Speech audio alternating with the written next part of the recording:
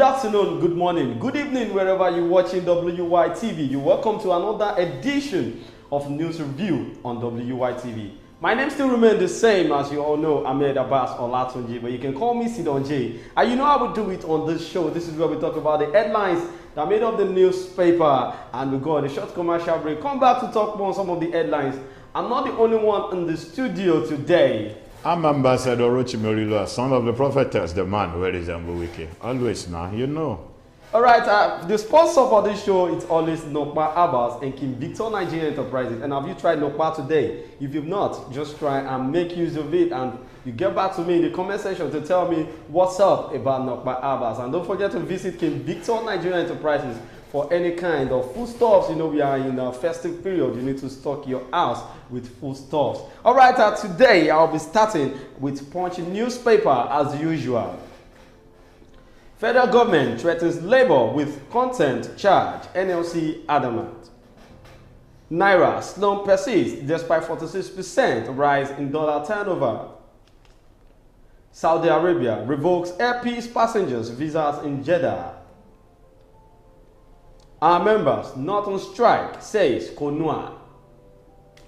Then on Vanguard newspaper, shock as Saudi Arabia cancelled visa on arrival for 264 Nigerians. NLC, TUC begin nationwide strike today. Federal government moves to check excessive borrowing by state. 8 Palestinians killed in West Bank clashes with Israel army medics. Then on Daily Post newspaper, nationwide blackout as TCN shut down national grid over labor strike. Impeachment. Fasonroti, Ondo elders move to settle Akeredolu and deputy. There was no election in Kogi state on Saturday. Dino Melaye cries out. Kwara NLC chairman Olayinka declares total compliance. These are the headlines that made up the newspapers of today. We're going on a short commercial break. When we come back, we'll talk more on some of the headlines. Stay tuned. Don't go nowhere.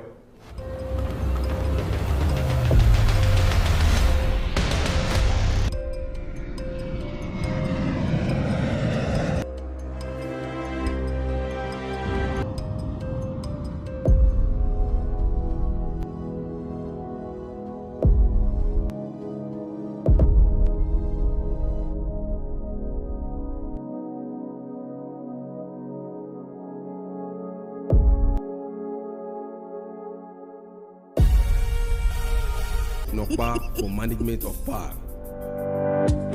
King Victor Nigerian Enterprises say make I give una this information. Una with the sell foodstuffs, with the sell noodles, with the sell oil, and one the major distributor Honeywell, Golden Penny, King's Oil, Dino, and so on and so forth. And vanilla that she sort of buy, you feel they collect market, they pay for them small. Gbogbo àwọn tó ń bá wa dòwò àtàwọn oníbàárà wa náà jẹ́rìí wípé King Victor Nigerian Enterprises tested and trusted kò dẹ̀ sẹ́lẹ̀gbẹ́. Oya make una dey come to shop 2 Awolowo market Shagamu Ogun State. As una dey buy una market, our motto don tanda gidigba to carry una load go una doorstep. And we no dey put extra charges. King Victor Nigerian Enterprises, fast and trusted. Welcome back from that short commercial break, and that's our sponsor, Nokpa Abbas and King Victor Nigerian Enterprises. All right, now let's talk about the first headline we're going to be looking at today. Federal government threatens labors with a contempt charge. NLC adamant. Now, why is federal government threatening labor? I see like it seems there is a lot of controversies between the Labour Congress, the Nigerian Labour Congress, and TUC, because there is a say that you are an elderly person, and there's a say that says let me use the term in Yoruba language. I say kokoro tinje for. Which means what is eating the vegetable is behind the vegetable living himself. Exactly, because I feel Labour Congress is working with federal government. You see, I don't know the reason. That's the question I want to ask the federal government. That why is it that they are threatening Nigerian Labour Congress and TUC? Because I believe there was an agreement that was being reached between both of them when the last meeting was held. Then why is it that the federal government is compromising their agreement? It has a time, it has a date that was being given to NLC that they are going to implement those things that the NLC brought before them. Now, why is it now that they are not implementing those things? Automatically, federal government is just trying to tease the whole Nigerian. According to what they said, that we should expect the renewed hope. Is this the renewed hope that we are expecting, that we should be expecting from them? Well, according to the body of the news, the federal government on Monday asked the organized labor to show its planned strikes slated to commence today. The government reminded the Nigerian Labour Congress and Trade Union Congress of a restraining order issued by the National Industrial Court, Abuja, on Friday.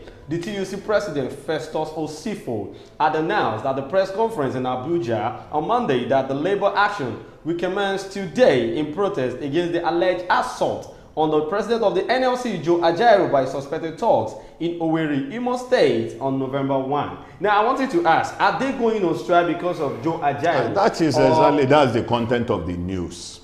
But I believe Ajaero should have called off this strike in the sense that if the governor of Imo State could come out on board, I watched his live interview on Channel Television. If you come out and say he had apologized, that he is apologizing to Ajaero, because he never knew that Ajaero was molested in his own state. But let me comment that the governor of that state, which is the chief security of the state, would not say to the whole world or to all Nigerians that he never knew about the molestation of Ajaero in his state. Exactly. But if he have come to deny the allegation, and he said he's apologizing, I believe there must be a phone conversation between him and Ajaero that is really sorry for what happened to him in his state. Well, President of NIC, Justice Benedict Kanyib, had restrained the labor centers and their affiliates from embarking on any form of strike. The judge issued the order following an ex parte application brought before the court by the federal government through the Attorney General of the Federation and Minister of Justice, Chief Lateef Fagbemi San. The Special Assistant to AGF on Communication and Publicity, Dino, in an interview with one of our correspondents, warned the unions that any action taken in violation of the court would amount to contempt. Now, for federal government to drag NLC and TUC to the court is something else, because I feel NLC is just like the body that is speaking for the mass. They are fighting for the well-being of Nigeria and the citizen of Nigeria. Now, bringing them to court on what issue, because there is a date that they agreed on for the implementation. And the date has been compromised. Why the federal government is not doing anything about the agreement? That's what I'm saying. I don't know when we begin to hold federal government accountable with their words. These people, before they come on board, they will promise you heaven and earth. At the end of the day, when they get there, it's a shameful thing about the news we had yesterday when Akpabio was saying to the whole Nigerians that they will demand much. People demand more. People demand much from the so-called politicians. Why won't they demand much from you? Were you not the one that canvasses them? Were you not the one that from their door to doorstep and telling them to come and vote for you, that you are going to do this and that for them? At the end of the day, when you move in, those promises have not been coming to pass. The first promises I saw the president executing was that he said, whenever he's been elected as the president of Nigeria, that fuel subsidy is gone. Yes, I think there's a misconception in this whole strike thing, because now I feel NLC and TUC are not, maybe they don't know what they are doing. Because if you want to fight the federal government, it is two things entirely. Entirely now. They are going on strike. Based on the agreement, the subsidy removal, yes, not like, and what to cushion the effect of the subsidy removal. Exactly. But not for the fact that it was being molested. They are going on strike because of Joe Ajaero. And that is the reason why that one is uncalled for. It's uncalled for. Well, I feel even if they want to fight for their president, there's a way they can do this instead of going on nationwide strike and using that as an opportunity. Well, you see, Nigeria issue, the federal government don't normally respond to issues like this, not until when the whole issue is being escalated. If there is a way they are going to fight, is there any other way they are going to fight? Let me come in. Yeah. I didn't say that they are going on strike. I didn't say it's a good thing for them to go on strike. Even when there is no strike, you know how due to the inability to feed our family today is in the service of the country. Now, let me say this to you. Federal government don't normally respond to issue, not until when the issue is being escalated. You remember the period when Ajaero and his co-colleagues, they led the protest to the National Assembly. Denying them of entering into the National Assembly. They had to put down the gate of the National Assembly. At the end of the day, the lawmakers came in that they should give them 1 week 1 week, I could remember there was one woman there that it was even telling them that they should be rest assured that they are going to sit to the issue for 1 week. After that 1 week, what do? They had to pass a bill that they wanted to bought a jeep worth of 160 million for each one of the senators. At the end of the day, do you expect Nigerians to fold their hands? What are they doing on Nigeria? Do you expect Nigerians to fold their hands while other people are out there dying of hunger? Well, to me, I feel our NLC president, Joe Ajaero, is not that competent. The action is not there, and I don't feel he fits the post of the NLC president, because if I could remember vividly when I was in school, during the time of Osho Melaye, is that what you exactly? You know, when you have a leader that has actions, you know, maybe he has been corrupted in some aspect with the federal government. That makes him not to get ground. You understand what I'm trying to say? But not like you have been a leader and police officers. That is why when you want to be a leader, you must be a leader by example. Then you must always be a man of integrity. I could sense that Ajaero has even so this right. Exactly. That's what I'm saying, because how could an NLC leader be molested by so-called Nigerian police? Don't they know the law?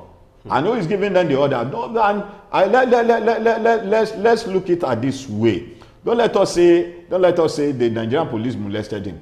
If Nigerian police could shot directly to the governor of Rivers State, wow, automatically anything can happen. I think there's something wrong with the constitution of this country that we need to look into, because now we are seeing it as a little misunderstanding between the federal government and NLC with TUC and all. But then there are a lot of things we need to check out in this country, which is not right at all. You know, talking about the one of the Rivers State governor throwing tear gas, shooting directly at the governor, whereby he is the chief security of the state. Yes. And now an NLC president, which is Joe Ajaero, was being beaten by members of the Nigerian police force. Automatically, you can see that there are some set of cabals that they consider themselves untouchable. That whatsoever they do, that's a final. Nobody can checkmate them. So what could have conspired? What could have happened that makes Nigerian police to be divided against each other? Because the governor of the state has his own police that is guiding him, isn't it? Automatically, who is giving them the order? The commissioner of that state must have been giving them the order, giving him also an order to carry out those actions, which is unacceptable to the constitution of the Federal Republic of Nigeria. Don't they think that the whole world are watching them? What is wrong with Africa? Well, speaking at the news conference, Osifo, which is the TUC president, explained that all the affiliates of the NLC and TUC have been mobilized for the strike, which might paralyze economic activities across the country. Ajaero and other labor leaders had led a protest in Owerri, the Imo State capital, over alleged failures of the state government to pay its workers, among other grievances. Then, but the demonstration had hardly started when the labor leaders were allegedly physically attacked by thugs who also disrupted the protest. A strike declared on the state also failed to gain traction as the workers boycotted it, while banks and other commercial centers opened for business. I feel, and I think the problem we are still having is still about this president of the NLC. You having, you stating a command to every other parastatals in the state and then do not heed into it. Look at what happened in Imo State, where the banks are still all working automatically. And let me tell you this is the law of karma. What goes around will surely comes round. Forget not that those people that refuse to abide to the law or the order that was being given by the NLC president will still have themselves to be blamed in future. Because the time will come, as Nigeria is going now, if care is not taken out with the look of things, NLC will be eradicated from the face of Nigeria. And if that happens, automatically we'll be smiling while we are suffering. Exactly. Not until when revolutions take place in Nigeria. Well, narrating his audio to journalists in Abuja on Friday, the NLC president explained that the police in Owerri handed him over to thugs who brutalized him. Ajaero, who wore a dark shade to cover his swollen eye, said, "I can't explain the beating I received. They tied my hands and dragged me on the floor like a common criminal. I'm not even a card-carrying member of any political party, as alleged." So you ask, okay, can Ajaero just come out on the national TV and tell us he's not working for APC? Because I felt like something has happened between Ajaero and the federal government. that they don't want him to, escalate. Now they knew that he knows about their plans. Now, and he's not trying to work according to plan, because Nigerians are shouting every day like we need change, and the only mouthpiece of the masses is NLC. They are the ones that yes, can fight we need change. This is the change that we have invited with our hands. We voted APC in. So whatsoever we are seeing from APC, we keep on enduring till the next 4 years. So what is going to happen so now? Those people collecting Indomie, receiving Indomie, one bag of rice for 200 houses in one CDA. Let them go ahead again. Let them go ahead. That rice is enough for them to eat for 4 years. Wow. Not until when Nigerians rise up that politics of Nigeria is not because of your stomach. Does not depend on your stomach. It depends on the future of your children, the future of yourself. Well, let's move on to the next headline here, talking about the happening in Ondo State between the governor of Ondo State and his deputy, Ayedatiwa. Fasoranti Ondo leaders moved to settle Akeredolu deputy.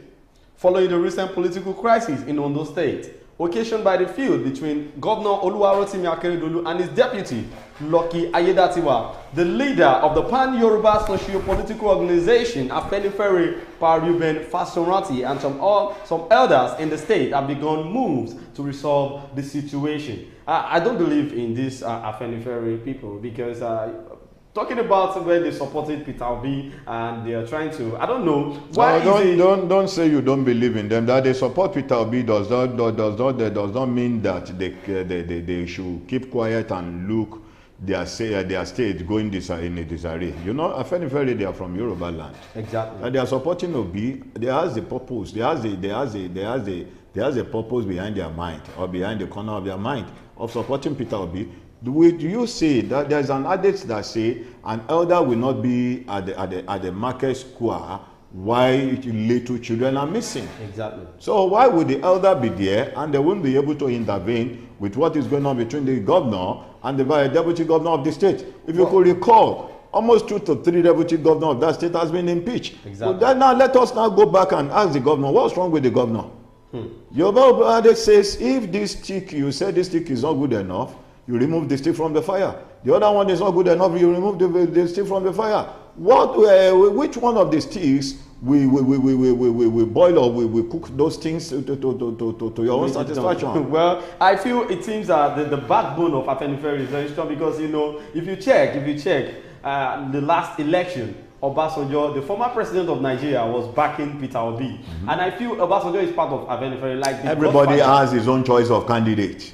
Either you Yoruba, be you English. If you are putting ethnics or tribalism into politics, automatically this country will not move forward. You have the right to vote the candidate of your choice. That you are an Igbo man does not mean you cannot vote a Yoruba man. Most of the people that voted by Tinubu, they are from the northern side part of the country. Exactly. Even in Lagos State, where Tinubu was a former governor of Lagos State for good 8 years. Do you know what happened? He was voted out. He was voted out. Well, so it is by choice. Candidate is by choice. You can't tell me to vote against my wish. Well, don't let us digress from this headline, because this is talking about how Afenifere wants to come in to settle the dispute between the governor of Ondo State, Akeredolu, and Ayedatiwa. The leaders, comprising traditional rulers and religious leaders and elder statesmen, during a meeting held at the home of Fasoranti in Akure, the state capital, called for an immediate stop to the impeachment proceedings by the State House of Assembly. According to the leaders, their call for the suspension of the impeachment proceedings was aimed at meeting with the gladiators to realign the state on the path of peace and progress. Addressing journalists through the former Secretary General of Afenifere, Fasoranti, stated that the meeting was summoned to discuss way out of the crisis. The elders' meeting was summoned by the Afenifere leader and, by implication, the Yoruba leader, Paruben Fasoranti, to discuss issues in our state. It is still ongoing. We just started the discussion about the problems happening in the state. Having looked at so many things, it was the conclusion of the elders and leaders of Ondo State that for now there should be no impeachment of either the governor or the deputy. Also speaking after the meeting, the leader of Ondo Kingdom, Sir Simon Oguntimehin, said the meeting decided and confirmed that no attempt should be made to impeach either the governor or the deputy governor. We want the rule of law to continue to reign in the state. We don't want any problems. We want the rule of law, according to the Constitution, to be adhered to and continue to be followed. This is a sunshine state, and the state must continue to shine. Yes, exactly. Thank God for the Afenifere, the leaders that are coming up to settle dispute between the governor and the deputy. And for instance, if you could recall, you know the governor stays in Oyo State there, yes, ruling the affairs of Ondo State, telling the people from Ibadan, in Oyo State, telling the people of Ondo, telling the whole state that the house that he's going to use is not affordable. Is it not an individual of Ondo State? Don't you build a house in Ondo State there that he can live? Don't you have his house? He's an individual of Owo there now. But sir, I feel there must be a reason behind him trying to stay in Ibadan. No matter what the reason is, can you go as a head of the family? You have your wife, you have your children. Can you stay outside, except that your work has transferred you to another place? Stays in another man's house, ruling the affairs of your house from another man's house. Is it possible?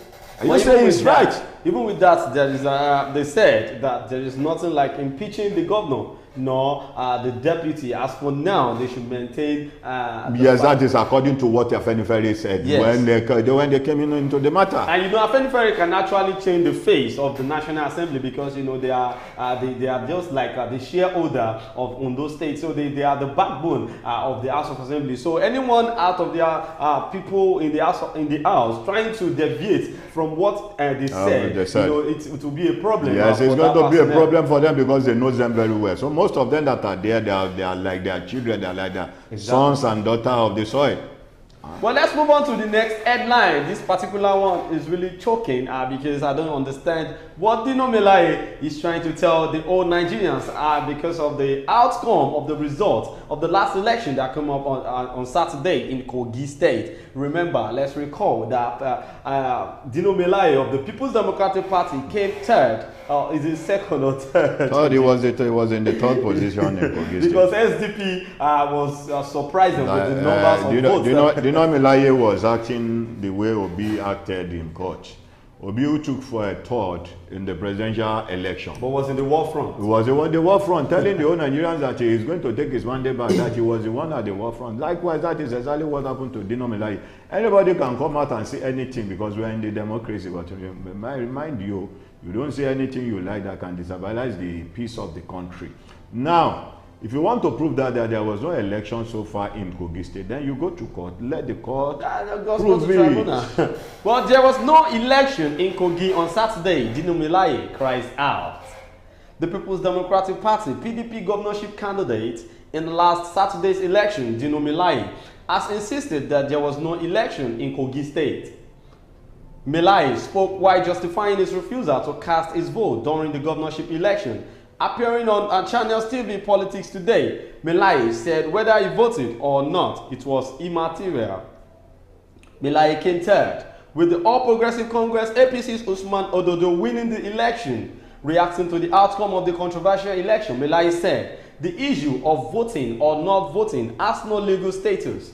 People win elections in prison. Legally, it has no relevance to the election. Whether I voted or not, it is immaterial. Now, I want to know, what is the reason behind not letting Melaye vote on Saturday? Did they say they didn't allow him? Because we saw him in the car. I don't know, maybe he's crying or he's just trying to... Did they say they didn't allow him to vote? Yes. If they didn't allow him to vote, which means this is the karma.